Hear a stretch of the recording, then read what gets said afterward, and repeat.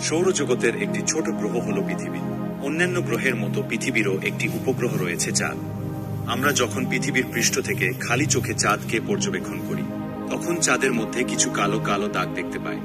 এখন স্বাভাবিকভাবেই আপনার মনে প্রশ্ন জাগতে পারে, গর্তগুলো কিভাবে তৈরি হয়েছে। চলুন বিস্তারিত জেনে নেওয়া যাক। প্রাচীনকাল থেকেই মানুষ চাঁদকে টেলিস্কোপ দিয়ে পর্যবেক্ষণ করতেন। 17শো শতাব্দীতে বিজ্ঞানী গ্যালিলিও টেলিস্কোপ ব্যবহার করে চাঁদের পৃষ্ঠের গর্তগুলো পরিষ্কারভাবে দেখতে পান। গ্যালিলিও দেখতে পান চাঁদের পৃষ্ঠ সমতল নয়, বরং গর্ত ও পাহাড় দিয়ে ভরা।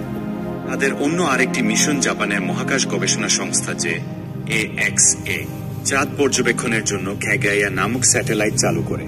উচ্চ প্রযুক্তির এই স্যাটেলাইট চাঁদের চারপাশ পর্যবেক্ষণ করে HD রেজলিউশন 3D মানচিত্র তৈরি করে। চাঁদে গর্তগুলো যেভাবে তৈরি হয়েছিল, এগুলো তৈরি হয়েছে প্রধানত দুভাবে। উল্কাপিণ্ডের আঘাতে তৈরি হওয়া গর্ত। বহু কোটি বছর আগে চাঁদে ঘন ঘন উল্কা, গ্রহাণু ও ধ্বংসাবশেষের আঘাত লেগেছিল। চাঁদের কোনো বায়ুমণ্ডল নেই, তাই উল্কাপিণ্ডগুলো পুড়ে যায়নি, বরং সরাসরি গিয়ে আঘাত করেছে। এই আঘাতে বিশাল গর্ত তৈরি হয়েছে। আগ্নেয়গিরির লাভা থেকে কালো দাগগুলো তৈরি হয়েছে। আগ্নেয়গিরির লাভাগুলো উপরে উঠে চাঁদের বড় বড় গর্তগুলো ভরে ফেলেছিল। এজন্য কিছু জায়গা কালো বা অন্ধকার দেখা যায়।